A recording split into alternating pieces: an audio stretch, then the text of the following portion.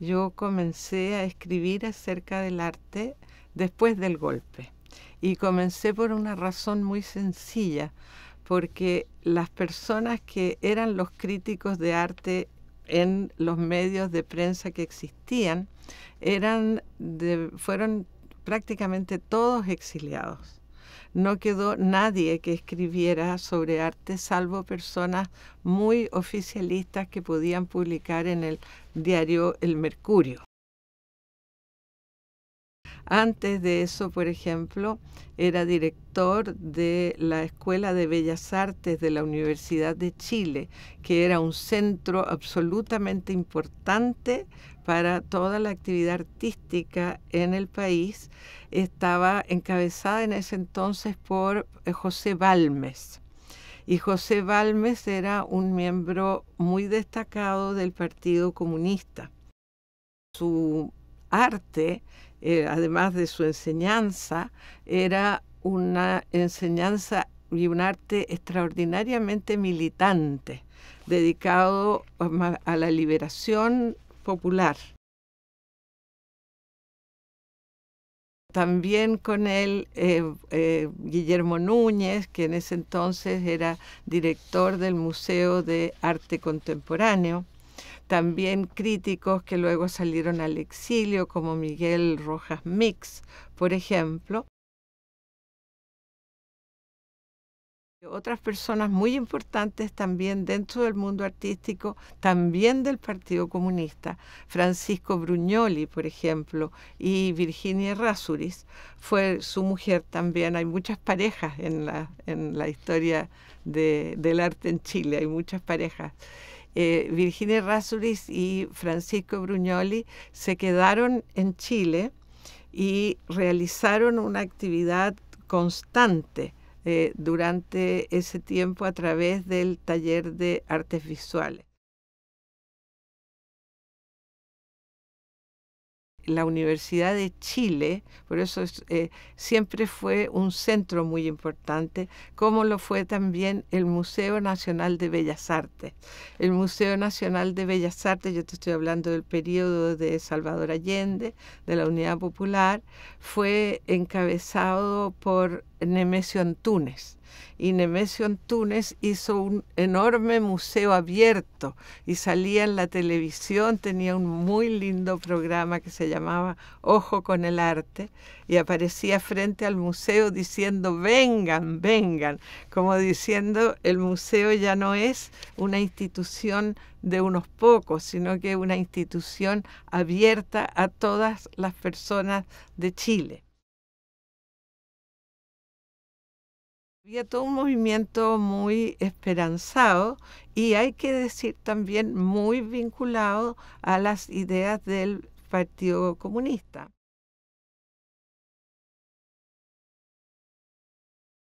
Empieza a haber una especie de páramo después y ese páramo se va llenando con las personas que unos años después formarían la escena de avanzada.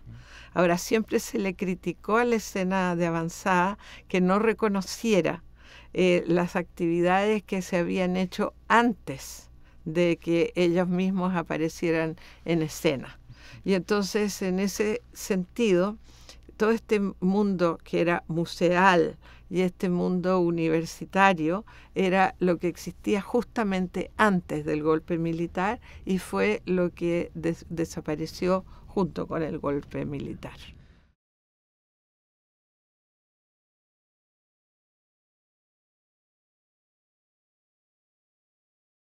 La pintura, tomaban una frase en esa época, de una frase del Life, que decía, de la revista Life, que decía, la fotografía no tiene rival para mostrar al hombre en la catástrofe.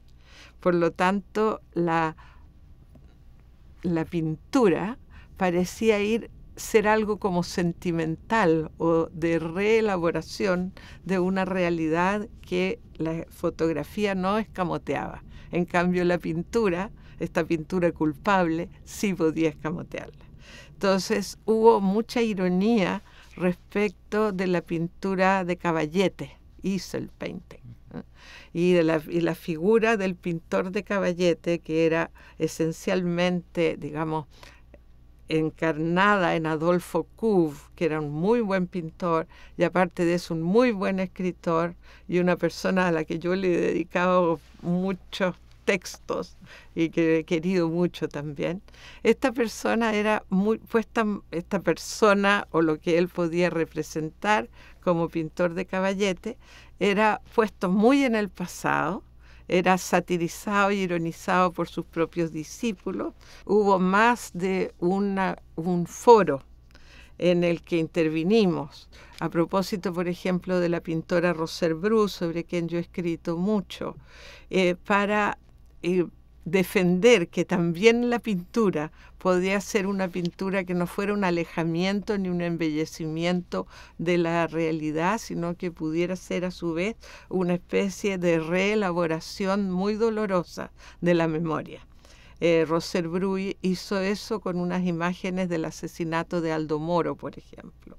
Y esas imágenes del asesinato de Aldo Moro, que era algo que sucedía en Italia, se presentaban en un Chile en que esas cosas sucedían a cada rato.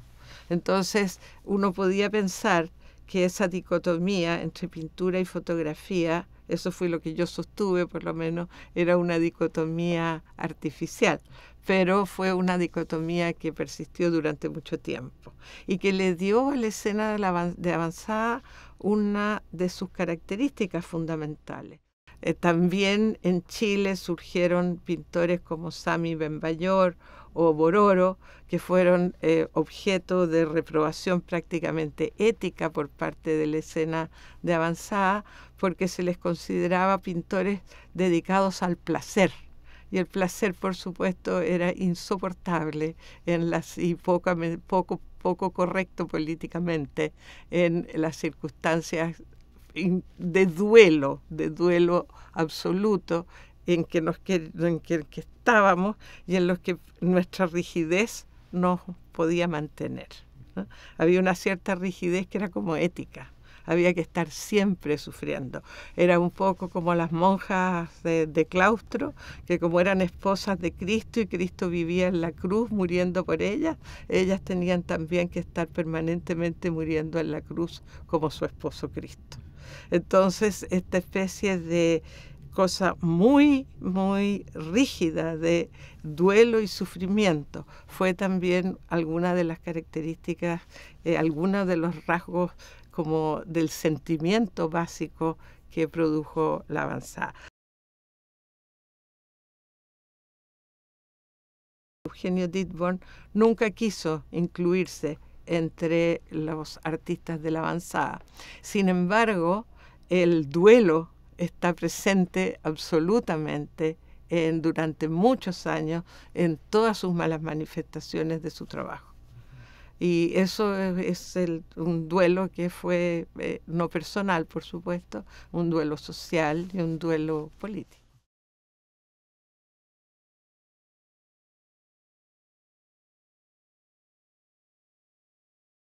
Cuando empezó este trabajo, el de Eugenio Dittborn, con el que tuvimos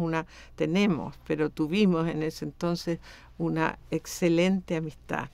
Cuando empezó el trabajo con Catalina Parra, cuando empezó el trabajo de Lepe, yo escribí sobre todas esas personas por razones de supervivencia intelectual mía y de ellos, digamos.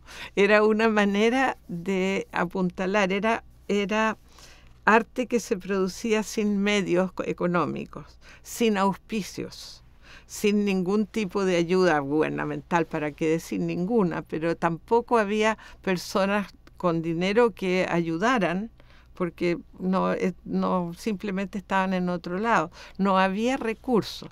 Entonces se hacía con la precariedad que tú ves.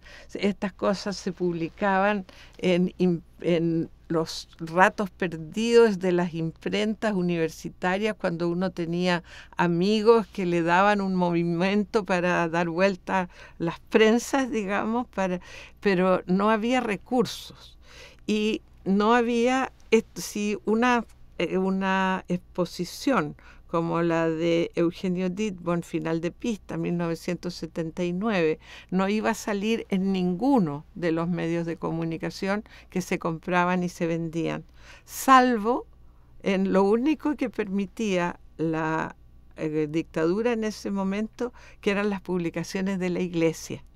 Y la Iglesia Católica en Chile tuvo un papel muy decisivo porque con el cardenal Raúl Silva Enríquez a la cabeza crearon la Vicaría de la Solidaridad, mantuvieron la revista Mensaje, etcétera, y crearon siempre una como permanente conciencia de que existían enormes violaciones a los derechos humanos. También eran acogidos en los formatos de los que hacían los propios artistas. Estos libros de artistas precarios tenían siempre textos de personas que ellos consideraban que podían mettre en valeur, podían ayudar, podían destacar, realzar su trabajo, reconocerlo. Entonces, por ejemplo, Enrique Lihn, que era una gran figura intelectual en la izquierda, sí, cuando él en la izquierda disidente, hay que decir, porque él nunca pudo mantenerse en un partido político más de una semana, ¿no? Bueno, pero en esta disidencia era reconocidamente de izquierda, una persona independiente, pero de izquierda, él podía valorizar el trabajo de los artistas con su palabra. Lo mismo podía hacer Cristian Uneus. También lo empezó a hacer Ronald Kay con gran autoridad porque era una persona que sabía mucho. También me invitaron a mí a participar en eso. Naturalmente y sobre todo, creo que era el alma de todo esto era Nelly Richard, y eso yo lo digo, pero de verdad, porque si no hubiera sido por Roser Bru y por Nelly Richard, yo jamás hubiera escrito. Entonces ellas crearon ese como ámbito de esta escritura paralela que servía para crear una especie de intercambio de ideas entre los artistas y los escritores, y al mismo tiempo servía para apuntalarnos recíprocamente. Eran actividades, una de supervivencia intelectual y otra de resistencia política muy difícil de entender.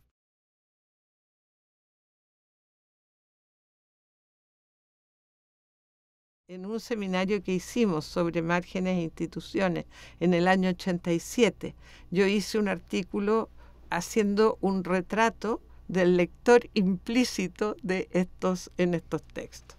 Tenía que haber leído a Lacan, tenía que haber leído a Freud, tenía que haber leído a Derrida, tenía que haber leído a Gerard Genet. ¿Cuánta gente con ese perfil podía haber para leer textos sobre arte, ¿no? Entonces, yo recuerdo perfectamente cuando comenzó el régimen militar y yo era universitaria todavía, estaba haciendo clases hacía 10 años en la Universidad Católica. Yo dije, ahora es el tiempo de estudiar cosas difíciles, porque ahí no nos pueden perseguir, ¿me entiendes? Ahí realmente no nos pueden perseguir porque no van a entender qué es esto que estamos haciendo. Pero cuando eso se prolonga por 17 años y crea hábitos, y luego entonces los jóvenes en democracia empiezan a escribir con esas pretensiones y con ese estilo, bueno, realmente ahí tenemos de nuevo un problema.